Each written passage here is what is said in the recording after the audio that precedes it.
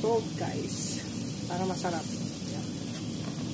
Habang nilalagay natin yung garlic, kailangan natin lagyan ng salt para tasty siya. Naluto yung salt.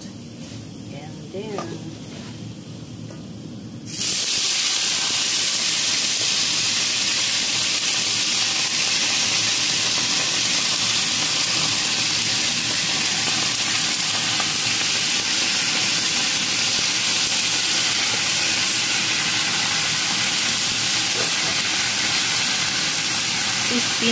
spinach ito guys. Ano lang, i-gisa ko lang para kay grandma.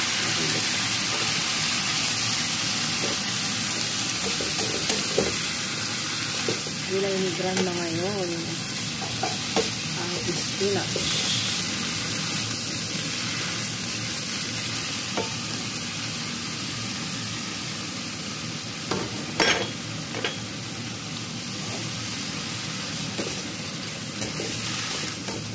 Ang maluto ito guys. Ayan. Okay na siya. Pag siya ay lumambot. And okay na siya guys.